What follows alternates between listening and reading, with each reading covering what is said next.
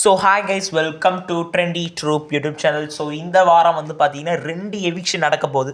So அதை பற்றி இந்த வீடியோவில் தெளிவாக பார்க்கலாம். ஸோ 3வது ப்ரோமோவில் வந்து பார்த்தீங்கன்னா அதை பற்றி தான் டிஸ்கஸ் பண்ணிக்கலாம். ஸோ யார் எவிட் ஆயிருக்கான்னு சொல்லி இந்த வீடியோ தெளிவாக பார்க்கலாமா?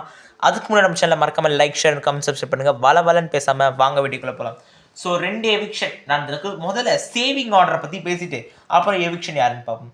ஸோ ஃபஸ்ட்டு வந்து பார்த்தீங்கன்னா கானா வினோத்ன்ற பாருங்க, கமருதீன், அப்புறம் நம்மளோட சபரி, அமித், கனி, அப்புறம் சாண்ட்ரா, இந்த 5-6 பேர் வந்து பார்த்தீங்கன்னா வெளில வந்துட்டாங்க.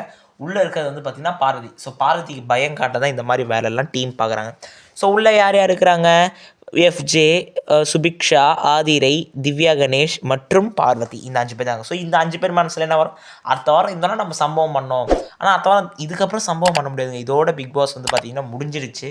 ஸோ இதுக்கப்புறம் இவங்க என்ன பண்ண போகிறாங்க? இன்புட்ஸ், டிக்கெட் டு ஃபினாலே, இப்படி தான் போகும். ஓகே, யார் எவிக்ட் ஆயிருக்கா அப்படின்னு வந்து பார்த்தீங்கன்னா 2 பேர் எவிக்ட் ஆயிருக்காங்க. இதில் யார் எவிக்ட் ஆனான்னு சரியாக தெரில. பட் 2 பேர் யாருன்னு வந்து பார்த்தீங்கன்னா எஃப்ஜே மற்றும் ஆதிரை. ஸோ ஒரே எபிசோடில் வந்து பார்த்தீங்கன்னா முன்னாள் காதல் ஜோடியான எஃப்ஜேவும் ஆதிரையும் வந்து பார்த்தீங்கன்னா எவிக்ட் ஆயிருக்காங்க. ஸோ இதை பற்றிய கருத்தை மறக்காமல் கீழே கமெண்ட் பண்ணுங்க. என்னை பொறுத்தவரை ஆதிரை போட்டோம். எனக்கு என்ன ஆதிரை விஷயத்தில் என்ன வருதுன்னு பார்த்தீங்கன்னா, இதுக்கு பேசாமல் பருத்தி மூட்டை குடோன்லேயே இருந்திருக்கலாமே, அந்த மாதிரி தான் வருது.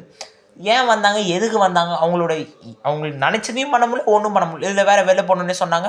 நான் மட்டும் உள்ளே போனால் கன்ஃபார்ம் நான் சூப்பராக பண்ணிட்டு வருவேன்னாங்க. ஒன்றும் பண்ணல. பட் எஃப்ஜே இப்போ தான் வாய்ஸ் ரைஸ் பண்ணியார். எப்பயுமே இது பண்ணார், ஆனால் இந்த வாட்டி கரெக்டாக வாய்ஸ் ரைஸ் பண்ணார் விக்ரம் எதிர்த்து. பட் இருந்தாலும் அந்த பீஸை வெளில தூக்கிட்டாங்க. அதான் கஷ்டமாக இருக்குது. இந்த மாதிரி தான் பல பேர் கொஞ்சம் குரூமாய் வரும்போது மொத்தமாக நாசம் பண்ணிடுவாங்க. நம்மளோட பிரஜனு, பிரவீனு, அதே வரிசையில் இப்போது எஃப்ஜே. அடுத்த வீடியோ சந்திக்கலாம். பாய்.